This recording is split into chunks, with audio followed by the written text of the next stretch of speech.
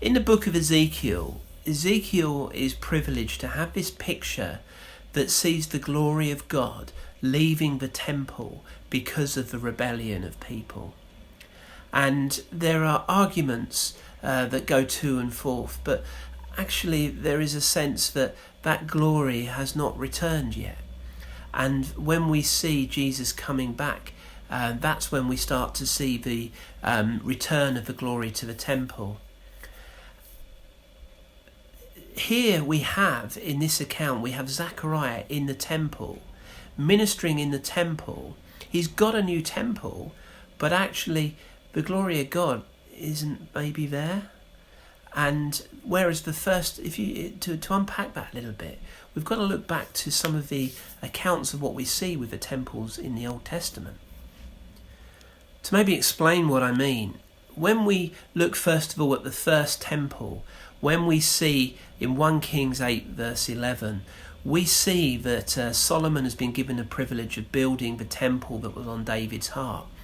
And when they've created this amazing temple, we get this account where the Shekinah glory of God appears in the temple.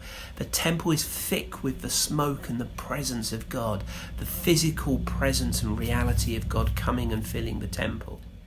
In Ezra chapter 6, we have the account of the second temple and the dedication of the second temple.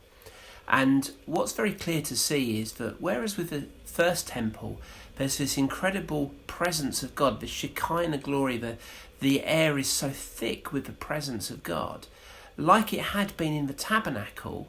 If you recall back to some of the occasions when Joshua and Moses were in the presence of God.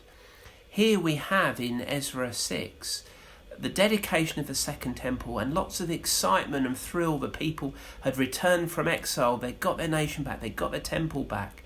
But somehow the second temple wasn't the same as the first temple.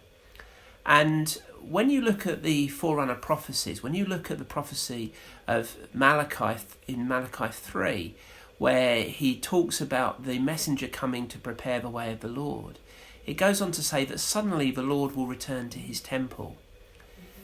Ezekiel had a vision of the glory departing, and there's a sense of waiting for that glory to return to the temple. And would that glory return when the Messiah comes? At the Christmas story, when we remember Jesus being presented in the temple and Simeon and Anna being there, is that when the Lord suddenly came to his temple? Or do we see that in Jesus' ministry, where Jesus returns to the temple on the triumphal entry? Or are we looking ahead to the end of time? Whichever way you look at it, there is a sense that the glory had departed from the temple and people were hungry for the presence of God to return.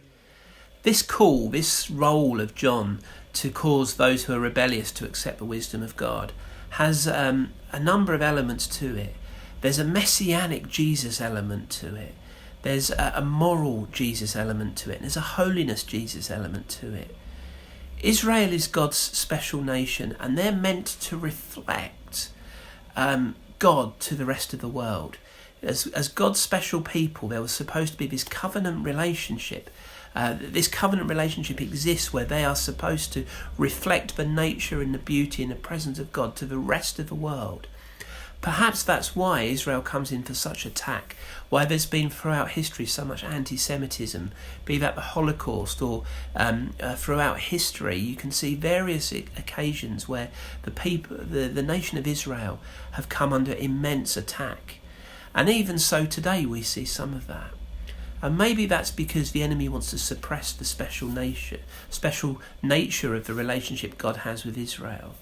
Either way, there's this picture that we see in John's ministry that points towards what Jesus wants to do, to point to Jesus coming as the Saviour, Jesus showing people how to live right and to bring in that sense of holiness.